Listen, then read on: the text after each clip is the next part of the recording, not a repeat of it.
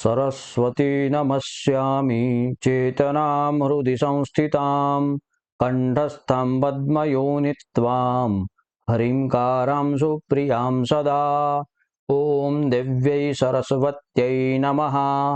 नमस्कार विद्यार्थी मित्रों, विद्यागुरु यूट्यूब चैनलना विडियो नंबर 10 ની અંદર આપનું હાર્દિક સ્વાગત છે। આજે આપણે પ્રશ્ન નંબર 46 થી 50 સુધીના પ્રશ્નો મેળવીશું। સાથે બોર્ડની મહા તૈયારીના ભાગરૂપે આપ બધા ખૂબ સરસ રીતે આ ચેનલ સાથે જોડાયેલા છો અને મને વિશ્વાસ છે કે બોર્ડની પરીક્ષા સુધીમાં સારામાં સારી તૈયારી તમે આ ચેનલના માધ્યમથી કરી શકશો। મિત્રો, આ ચેનલ સાથે જોડાયેલા રહેશો તો 100% હું વિશ્વાસ આપું છું કે આપને સારામાં સારું પાથેય એટલે કે પ્રશ્નોનું ભાથું અહીંયાથી તમને પ્રાપ્ત થઈ રહેશે।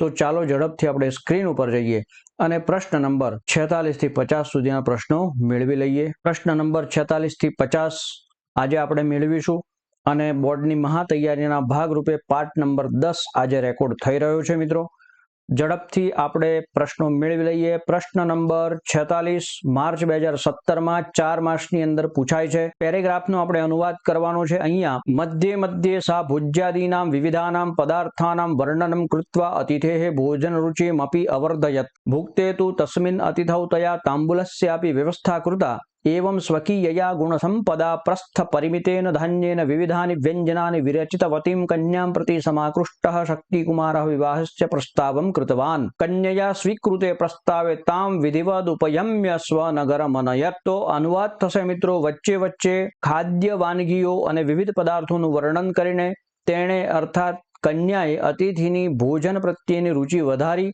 તે અતિથિએ ભોજન કરી લેતા તેણે પાનની વ્યવસ્થા કરી। આમ પોતાની ગુણ સંપત્તિ વડે માત્ર એક પ્રસ્થ જેટલી ડાંગરથી વિવિધ વાનગીઓ તૈયાર કરનારી તે કન્યા તરફ આકર્ષાયેલા શક્તિકુમારે તેની આગળ વિવાહનો પ્રસ્તાવ મૂક્યો। જ્યારે કન્યાએ પ્રસ્તાવ સ્વીકાર્યો ત્યારે તેની સાથે વિધિપૂર્વક વિવાહ કરીને તે પોતાના નગરમાં લઈ ગયો। પ્રશ્ન નંબર 47 ઉપર આપણે આગળ વધીશું અને આજે પ્રશ્ન નંબર 47 માર્ચ 2016ની પરીક્ષામાં પૂછાયેલો છે। 2 માર્ચની અંદર ગુજરાતી પ્રશ્ન પૂછાય છે। કન્યાએ શક્તિકુમારની ભોજન રુચિ કેવી રીતે વધારી? જવાબ છે એનો, કન્યાએ સ્નાનથી શુદ્ધ થઈ અતિથિની સામે વિવિધ પદાર્થો અને રસોઈની વાનગીની પ્રશંસા કરી અને ખૂબ જ સરસ રીતે વર્ણન કર્યું। તેના પરિણામે અતિથિની ભોજન પ્રત્યેની રુચિમાં વધારો થયો અને પછી તાંબુલની વ્યવસ્થા કરી। આ રીતે અતિથિની ભોજન રુચિ વધારી। પ્રશ્ન નંબર 48 ઉપર આપણે આગળ વધીશું અને પ્રશ્ન 48 જુલાઈ 2015, 2016, માર્ચ 2018માં પૂછાયો છે। 2 માર્ક્સની અંદર પૂછાય છે। ગુણવતી કન્યાનું આયોજન શોર્ટ નોટ છે મિત્રો। ગુણવતી કન્યાનું આયોજન શું છે? તો શક્તિકુમારને ગુણવતી કન્યા સાથે પરણવું હતું। આથી તેણે એવી કન્યાને શોધી કાઢવા અને તેની પરીક્ષા લેવાની યોજના બનાવી। આ માટે તે પ્રસ્થ માત્ર ડાંગર લઈને દેશાવરમાં અર્થાત કે દેશ વિદેશમાં ભ્રમણ કરતો રહ્યો। એકવાર તેણે કાવેરી નદીના કાંઠે કુવા ઉપર એક સુંદર કન્યા જોઈ। શક્તિકુમારે તેની પરીક્ષા લેવાનું વિચાર્યું। જો તે કન્યા માત્ર એક પ્રસ્થ ડાંગરમાંથી વિવિધ વાનગીઓ તૈયાર કરીને શક્તિકુમારને તે ભોજનની પ્રસન્ન અને સંતુષ્ટ કરી શકે તો તે તેની પરીક્ષામાં ઉત્તીર્ણ થાય। આમ તેણે તેવી કન્યા સાથે વિવાહ કરવાનું વિચાર્યું। આ રીતે ગુણવતી કન્યાનું જે છે એ આયોજન અથવા તો શક્તિ કુમાર જે છે એ કેવી રીતે ગુણવતી કન્યાને પ્રાર્થના કરે છે, અનેક રીતે આ પ્રશ્ન પૂછાય। જવાબ એક જ છે મિત્રો। આગળ વધીએ। પ્રશ્ન નંબર 49 ઉપર આપણે આગળ વધીશું। પ્રશ્ન 49 મે 2021માં પૂછાય છે। 2 માર્ચની અંદર પૂછાય છે મિત્રો। અહીંયા ખૂબ જ લાંબો પ્રશ્ન છે, આપણે ટૂંકો કરીને એને જવાબ લખીશું। 2 માર્ક્સ હોય ત્યારે 4, 5 કે 6 લીટીમાં એનો જવાબ આપણે લખવો પડે। ટુ ધ પોઈન્ટ એ જવાબ લખવાનો હોય છે। મનુષ્યના જીવનમાં આવતા વિઘ્નો, બરાબર। ગુજરાતીની અંદર ખૂબ જ અહીંયા લાંબો જવાબ છે। આપણે ટૂંકની અંદર હું તમને સમજાવી દઉં કે મનુષ્યના જીવનમાં મુખ્ય 4 વિઘ્નો આવે છે।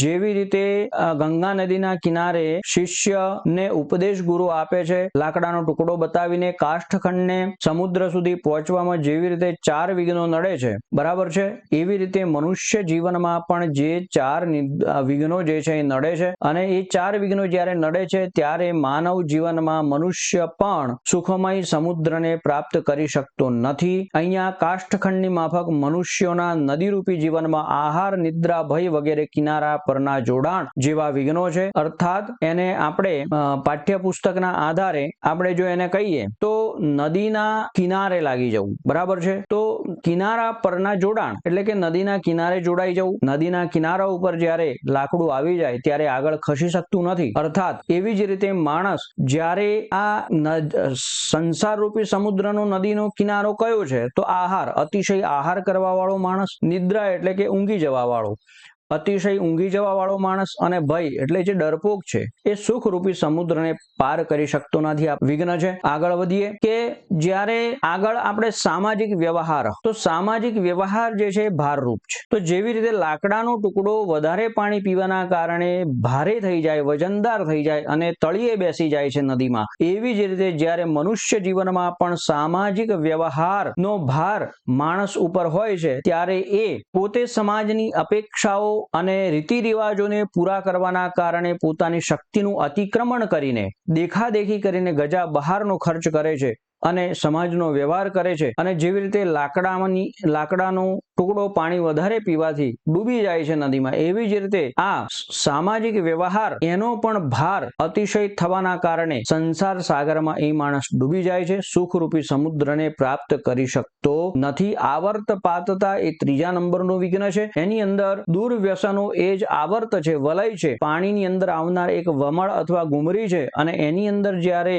દુર્વ્યસનોની અંદર, દુર્વ્યસનો કયા તો મદિરાપાન, જુગાર, તમાકુનું સેવન અર્થાત તમાકુની કોઈ પણ બનાવટનું સેવન, ચોરી કરવી, આ પ્રકારના જે વ્યસન છે એ જ વમળ છે. અને એની અંદર જે માણસ ફસાયો છે એ ક્યારેય એનાથી બહાર નીકળી શકતો નથી અને એના કારણે એ એક જ જગ્યાએ ગોળ ગોળ ગોળ ઘૂમ્યા કરે છે. જેવી રીતે પેલો લાકડાનો ટુકડો આવર્તની અંદર ફસાઈ જાય અને એકસ્મિન સ્થાને પરિતઃ ભ્રમતિ, એવી રીતે આ પણ માણસ પણ એક જ સ્થાન એટલે વ્યસનમાં જ રચો પચો રહે છે, એને બીજું કંઈ સૂતું નથી અને એના કારણે એ સુખરૂપી સમુદ્રને પ્રાપ્ત કરી શકતો નથી. અને ત્યાર પછી ચોથું વિઘ્ન છે નદી જલાત વિયોગ, અર્થાત નદીના જળથી જ્યારે લાકડાનો ટુકડો અલગ થઈ જાય ત્યારે એ સુખરૂપી સમુદ્રને પ્રાપ્ત કરી શકતો નથી. એવી રીતે માનવ જીવનમાં પણ ચોથું વિઘ્ન જે છે એ પોતાના કુટુંબ પરિવારથી વિખૂટા પડી જવું. અને જે પોતાના કુટુંબ પરિવારથી વિખૂટું પડી જાય છે એ લાકડાનો ટુકડો જેમ બહાર નદીના જળથી બહાર કાઢી લેતા એ સમુદ્ર સુધી પહોંચી શકતો નથી, એવી જ રીતે માણસ પણ પરિવારથી અલગ થઈ જવાના કારણે, વિમુખ થઈ જવાના કારણે, ક્રોધ કે સ્વાર્થ વસાત જ્યારે એ પરિવારનો ત્યાગ કરે છે ત્યારે એવો માણસ પણ જ્ઞાન અને સુખથી ભરપૂર આનંદમય સંસાર સાગરને પ્રાપ્ત કરી શકતો નથી. તો આવી રીતે મિત્રો આપણે આને સમજાવી શકીએ. આપણે પ્રશ્ન નંબર 50 ઉપર અને આજના અંતિમ પ્રશ્ન ઉપર આગળ વધીશું. માર્ચ 2015માં અને જુલાઈ 2016માં આ પ્રશ્ન પૂછાયો છે. 2 માર્ચમાં ગુજરાતીમાં આ પ્રશ્ન પૂછાય છે. સમુદ્ર સુધી જવામાં કાષ્ઠખંડને કયા કયા વિઘ્નો આવી શકે છે? જવાબ છે સમુદ્ર સુધી જવામાં કાષ્ઠખંડને 4 વિઘ્નો આવે છે. પ્રથમ, કાંઠે અટકી જવું. બીજું, અતિભારના કારણે ડૂબી જવું. ત્રીજું, વમળમાં ફસાઈ જવું. અને ચોથું વિઘ્ન છે કોઈ કારણસર નદીના પ્રવાહમાંથી બહાર ફેંકાઈ જવું. આ 4 વિઘ્નો લાકડાના ટુકડાને કાષ્ઠખંડને આવે છે. એ સાથે આજનો આ વિડીયો સમાપ્ત થાય છે મિત્રો. તો આ સાથે આજે આપણે આ વિડીયો સમાપ્ત કરીએ છીએ. આવતા વિડીયોમાં ફરીથી મળીશું મિત્રો. ચેનલને સબસ્ક્રાઇબ કરો, લાઈક કરો અને શેર કરવાનું ન ભૂલતા. ઘણા બધા મિત્રો ખૂબ સારી તૈયારી કરી રહ્યા છે, એમની પાસે આ વિડીયો પહોંચાડો અને બધાએ મિત્રોને લાભ મળે, પરીક્ષાનો બધા લાભ લે એવી મારી અપેક્ષા છે. અને તમે એ પ્રમાણે વિડીયો પોતાના મિત્રો સુધી પણ પહોંચાડો જેથી બધા એનો લાભ લઈ શકે. અસ્તુ, આજનો વિડીયો આપણે સમાપ્ત કરીએ છીએ. જય તુ ભારતમ, જય તુ સંસ્કૃતમ, જય જય ગરવી ગુજરાત.